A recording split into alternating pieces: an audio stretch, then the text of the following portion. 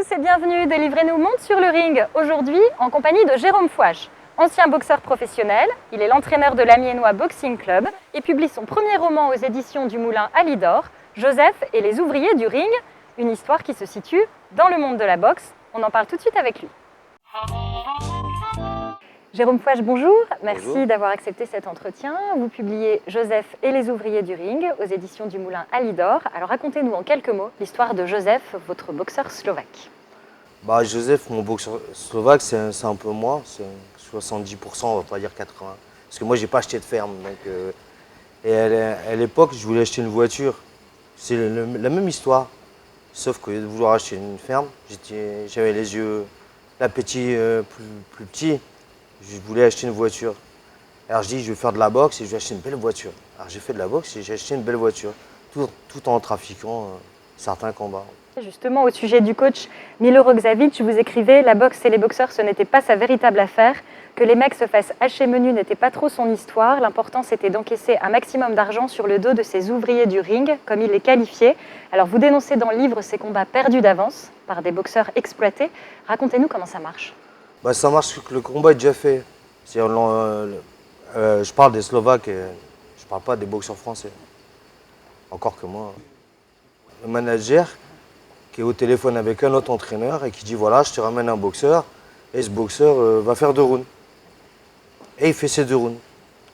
Et voilà, et le public il voit que du feu parce que c'est des bons comédiens. Ils sont peu payés, mais c'est quand même suffisant quand on vient de Slovaquie et que... Même 100 € pour eux, c'est beaucoup. Hein. Mais celui qui gagne beaucoup d'argent, c'est pas le boxeur, c'est par exemple là dans le livre, le Milo. Là. Ouais, le Milo, l'organisateur du match. Voilà. Ces combats inégaux peuvent avoir des conséquences dramatiques sur la santé des boxeurs. Sur la santé des boxeurs, et même en plus, ça sert à rien. Parce qu'il y a un moment, il y a le jour J qui arrive. Et si on a boxé que... Parce que on va appeler dans le jargon de la boxe, on dit des cadavres. S'il a boxé que ça, le moment où il va faire un championnat devant un vrai boxeur, c'est perdu d'avance pour lui. Mais ça fait gagner de l'argent. C'est un massacre qui fait gagner de l'argent. Voilà. Vous évoquez dans le livre le championnat du monde d'une fédération en TOC. Est-ce que ça signifie que les hautes instances de la boxe ferment les yeux sur ces pratiques-là? Bien sûr, parce qu'il y a des taxes fédérales dans n'importe quel pays, que ce soit en France, même dans une fédération au chocolat. Une taxe, ça a à peu près 20 000 €. Et les fédérations aujourd'hui ont besoin d'argent pour vivre. Et ce qui fait que 20 000 € ils ne peuvent pas cracher dessus. Même si c'est des ceintures qui ne valent rien. Alors vous dites que le personnage de Joseph vous ressemble. Vous aussi, vous avez combattu dans des combats comme ça, perdus d'avance, en le sachant? Bien sûr, mais ce n'était pas sur mon nom. Quand c'est sur mon nom, j'ai essayé de gagner déjà. Même si c'était difficile, parce que face à moi, il y avait toujours des boxeurs qui sortaient des Jeux Olympiques. Et moi, je me considérais comme un boxeur de campagne, où je m'entraînais seul. Voilà, mais bien sûr, le mec, moi, je l'ai fait. Ouais. Et vous avez boxé sous un faux nom? Comment est-ce possible? On ne vous demande pas de décliner votre identité? Depuis que je suis à la Ligue de boxe professionnelle, j'ai instauré des nouveaux règlements. Genre, on demande le passeport en même temps que la licence. Donc là, c'est obligé que ce soit le vrai nom. Et je pense que la fédération m'a mis là-haut pour... ils savent bien que je connais tout ça. Pour mettre des lois. Assainir un petit peu bien sûr. le système. Vous dites que le premier livre que vous avez lu de votre vie, c'est celui que vous avez écrit, celui-là donc. Comment est-ce que vous est venue l'idée de vous mettre à écrire? Alors, l'idée, c'est triste même. Je veux dire, quand mon père est mort, j'étais comme beaucoup de gens quand ils perdent quelqu'un, ils sont tristes et tout. Alors, il y en a, ils vont voir les psys. Moi, à la place d'aller voir le psy, j'allais voir le clavier du PC et j'écrivais. Et à un moment, j'ai dit, tiens, je vais en faire part à mon éditeur, Pierre Mabir, et je lui envoyais. Et je crois que le nom du manuscrit s'appelait quand la mort frappe à la porte. Un truc, on se suicidait hein, si on n'allait pas au bout du bouquin. Et Pierre a dit, ouais, c'est bien ce que tu écris, mais est-ce que tu pourrais écrire ça sur quelque chose que tu connais bien? J'ai dit, il me dit, la boxe. Bien sûr. Et j'ai commencé à écrire comme ça. Et Pierre, vous le connaissiez par ailleurs, Pierre Mabir? C'était mon président de club. Ouais. Et à une époque où j'avais rien, parce que où je sortais de la boxe, donc il me fallait des diplômes. Et Pierre Mabir a tout fait pour que je passe les diplômes fédéraux et le brevet d'État. Une chose que je ne pensais pas touchable vu mon niveau scolaire. Sans raconter la fin du livre, on a l'impression que vous jetez un regard désabusé sur les hommes de pouvoir. C'est le cas? Ouais, c'est ça. Pas grande confiance non, dans pas les du promesses? tout. Déjà, il y a de quoi pas avoir confiance. Même ça, c'est pas dans le bouquin, c'est même dans la vie tout court. Il m'est arrivé des trucs avec des gens de confiance jusqu'à l'Élysée. Donc, quand l'Élysée promet des trucs. Vous avez été reçu à l'Élysée? Oui, bien sûr. Ouais. Et par Fadela Amara dans un dîner restreint en dehors. Ensuite, à l'Élysée, on m'a promis plein de choses et j'ai rien eu. Donc, il est clair que ça se ressent même dans le bouquin. Ça se ressent, voilà, sans dire la fin, ça se ressent dans le livre. La boxe est appelée le noble art. Quelles sont les valeurs véhiculées par ce sport? Bah déjà, c'est surtout pour les jeunes des cités, par exemple. Il y a de la discipline. On ne vient pas à l'entraînement à n'importe quelle heure. Donc, ce qui fait, ça apprend le jeune à dire bah, il y a des heures. On ne peut pas faire n'importe quoi. Ensuite, il y a des règles. On peut pas, surtout nous, il y a que les points. On ne peut pas juste de colère mettre un coup de pied ou un truc comme ça, ça va pas. Donc le gamin se met à aller droit. Ouais. Vous écrivez justement, il était convenu avec Joseph d'orienter vers la salle de boxe les jeunes du patronage qui avaient de l'agressivité à canaliser. Vous pensez que la boxe peut être une réponse pour ces jeunes qui ont de la violence à exprimer? Bien sûr, je ne comprends même pas que les écoles, par exemple amiénoises, genre il n'y a pas que les cités la boxe, il y a même l'école d'ingénieurs qui fait de la boxe. Donc, mais je ne comprends pas que ces cités-là, que ce soit Amiens Nord, que ce soit Étouville, ne mettent pas des jeunes en boxe anglaise. Ouais. Je trouve que c'est dommage parce que ça serait beaucoup plus calme, mais ils n'ont même pas essayé. Donc. Oui, ça peut être une réponse effectivement pour endiguer la violence. Bien sûr, totalement. De le faire dans le cadre du sport.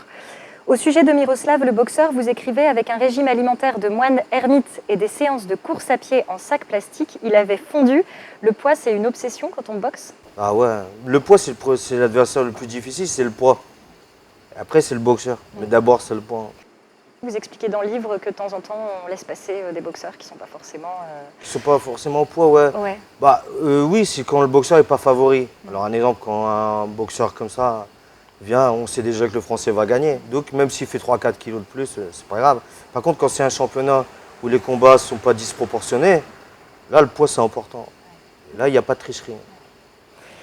La boxe souffre-t-elle aujourd'hui d'un manque d'intérêt de la part des médias et d'une désaffection de la part du public? Déjà, des médias, c'est logique. Quand on voit, je sais pas, sur des chaînes comme W9 ou Direct 8, des combats qui ne tiennent pas debout, avec des Bulgares ou des trucs comme ça, c'est pas comme ça qu'on va faire venir les médias. Hein.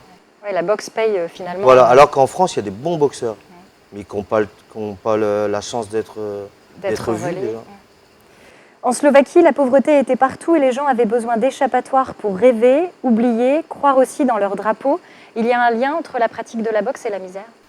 Ouais, mais ça, c'est dans tous les pays, je crois. Il n'y a pas besoin d'aller en Slovaquie, même en France. Ceux qui font de la boxe, ce n'est pas des jeunes du quartier Henryville. D'où l'intérêt peut-être de le développer justement. De le développer partout. Moi, je ne comprends pas ça. Alors qu'il y a quelqu'un pour le faire. Alors justement, aujourd'hui, vous avez des responsabilités au sein de la Fédération française de boxe, de la Ligue professionnelle. Alors comment faire évoluer les choses? Là, c'est la boxe. Déjà, on a mis des critères. Un Slovaque qui rentre sur le territoire, il est obligé d'avoir 3 victoires sur les 10 derniers combats. Et un Slovaque qui arrive en France avec 3 victoires sur les 10 derniers combats, c'est un bon boxeur. Ouais. Donc ça commence et des gens commencent à les voir gagner maintenant. Oui, c'est ça. Donc ça commence à rééquilibrer un petit peu les niveaux et à rendre les matchs un peu plus intéressants pour le public. Vous êtes entraîneur à l'Amiénois Boxing Club. Comment se porte la boxe à Amiens précisément? La boxe porte bien maintenant, parce qu'il y a 2 internationaux. Et parce qui sont-ils? C'est Sabri Sediri qui est entraîné à Étouville, parce que moi je suis quelqu'un qui ne voit pas que dans mon club. Par exemple, chez Bouzianoudji, et qui est licencié à l'Amiénois Boxing Club. Donc il représente la France.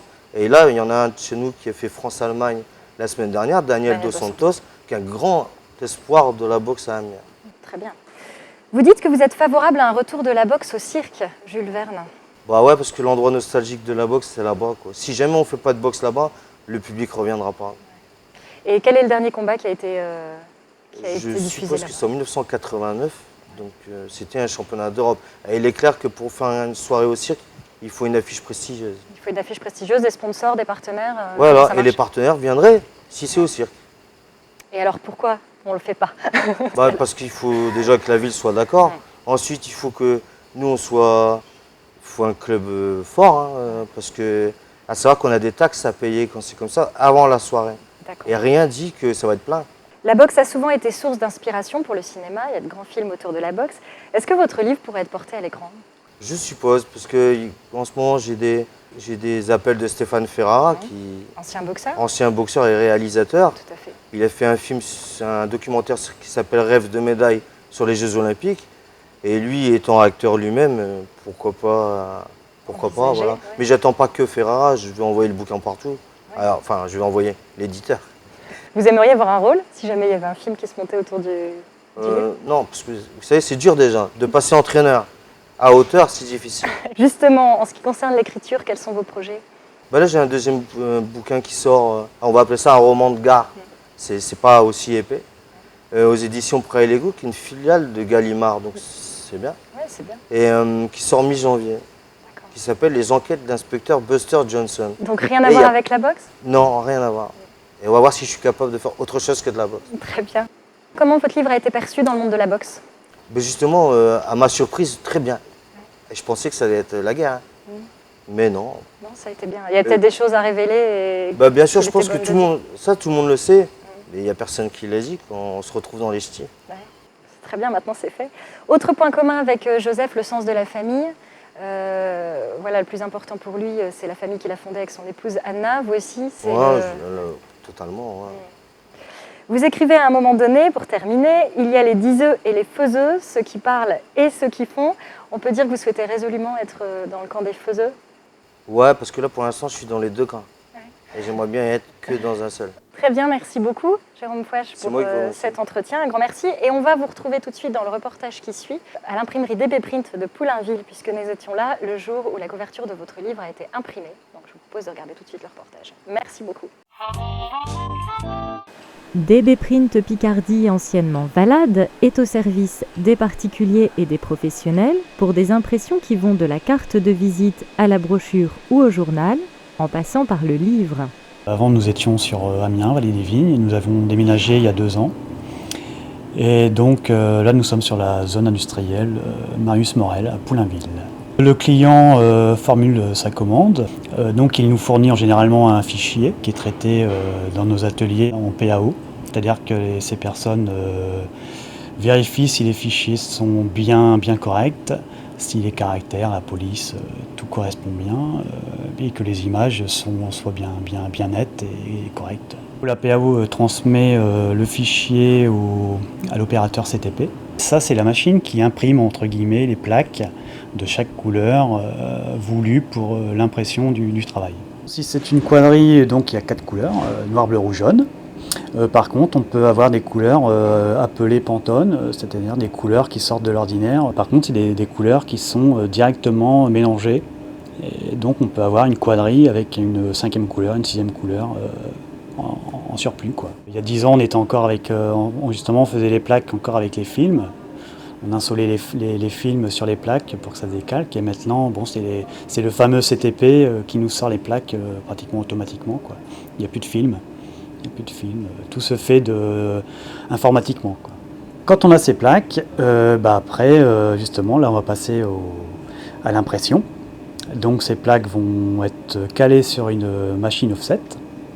Donc là, nous avons une 5 couleurs, mais bon, pour aujourd'hui, nous allons caler 4 couleurs, vu que c'est une quadrille. Le conducteur offset, lui, son boulot, ça va être de caler les plaques, de mettre en repérage. Le repérage, c'est-à-dire mettre les 4 couleurs les unes sur les autres pile poil pour que la photo, si c'est une photo bien sûr, soit bien nette. Et après, son boulot aussi, c'est de régler la couleur selon le goût du client, quoi. C'est une question de plein de petits réglages, du départ de la feuille jusqu'à l'arrivée de la feuille en réception, une fois que la feuille est imprimée, quoi. Le maximum doit rouler dans les 14 000 feuilles à l'heure, quand le papier est de très bonne qualité et quand ce n'est pas des travaux très minutieux. Sinon, en général, on est dans une moyenne de 10 000 à l'heure, 10 000 feuilles à l'heure. Nous sommes un prime vert, c'est-à-dire que nous gérons tous nos déchets. Tout est traité, retraité. On récupère tous nos déchets papier qui sont recyclés. Et là, justement, nous sommes aussi sur le point d'être labellisés FSC PEFC. C'est la traçabilité du papier, enfin des forêts surtout. Aujourd'hui, nous allons imprimer un livre. Donc d'abord, la première étape, nous avons fait l'intérieur du livre. Donc là, aujourd'hui, c'était un noir, donc c'était pas relativement compliqué, mais bon. Donc c'était en planche, c'est-à-dire que là, sur une feuille, nous mettons 32 pages. 32 pages, là c'est un livre qui représente 200 pages, donc ça nous fait 6 calages. recto verso, donc ça fait 12 plaques, et la couverture qui se trouve en quadri. Donc après, la prochaine étape, une fois l'impression finie, c'est le masticotage, c'est-à-dire la coupe de toutes les pages. Après, le pliage. Il faut plier pour avoir un cahier, on appelle ça des cahiers. C'est des cahiers par exemple de 32 pages qui sont superposés pour arriver à 200 pages. Voilà.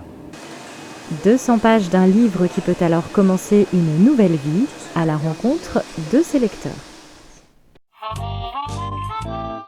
Cette émission est terminée, merci de nous avoir suivis. Toutes les infos sur le blog délivrez-nous.tv. On se retrouve très prochainement sur TV Amiens.